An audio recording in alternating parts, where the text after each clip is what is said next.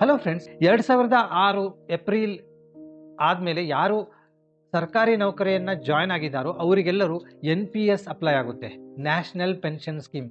NPS ಬಗ್ಗೆ ಅವೇರ್ನೆಸ್ಸೇ ಇಲ್ಲ. ಎಲ್ಲರೂ ಏನು ಅಂದ್ಕೊಂಡಿದ್ದಾರೆ ಅಂತಂದರೆ 60 ವರ್ಷ ನಾನು ರಿಟೈರ್ಮೆಂಟ್ ಆದಾಗ ನನಗೆ ಒಂದು ಮೊತ್ತ ಬರುತ್ತೆ, ಇಷ್ಟೇ ಅವ್ರಿಗೆ ಗೊತ್ತಿರೋದು.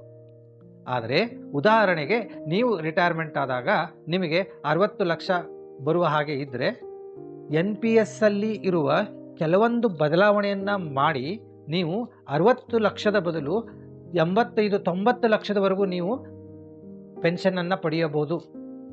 ಈ ಬದಲಾವಣೆಗಳನ್ನು ನೀವು ಹೇಗೆ ಮಾಡ್ಕೋಬೇಕು, ಈ ಎಲ್ಲದರ ಬಗ್ಗೆನೂ ನಾವು ನಿಮಗೆ ಮಾಹಿತಿಯನ್ನು ಕೊಡ್ತೀವಿ. ನೀವು ಯಾವುದೇ ಆರ್ಗನೈಸೇಷನಲ್ಲಿ ಕೆಲಸ ಮಾಡೋರಾಗಿದ್ದರೆ ಅಥವಾ ಗೌರ್ಮೆಂಟಲ್ಲಿ ಕೆಲಸ ಮಾಡೋರಾಗಿದ್ದರೆ ನಿಮ್ಮ ಆರ್ಗನೈಸೇಷನ್, ನಿಮ್ಮ ಆಫೀಸಲ್ಲಿ ಈ ಥರದ ಒಂದು ಸೆಷನ್ ಮಾಡಬೇಕು ಅಂತ ಇದ್ದರೆ ನೀವು ನಮ್ಮನ್ನು ಕಾಂಟ್ಯಾಕ್ಟ್ ಮಾಡ್ಬೋದು.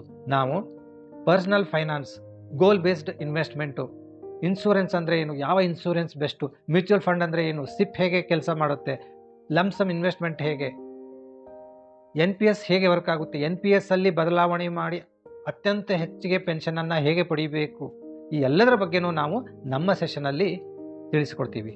ನಿಮಗೆ ಯಾರಿಗಾದರೂ ಈ ಥರದ ಸೆಷನ್ನು ನಿಮ್ಮ ಆರ್ಗನೈಸೇಷನ್, ನಿಮ್ಮ ಆಫೀಸಲ್ಲಿ ಮಾಡಬೇಕು ಅಂತ ಇದ್ದರೆ ನೀವು ನಮ್ಮನ್ನು ಕಾಂಟ್ಯಾಕ್ಟ್ ಮಾಡ್ಬೋದು.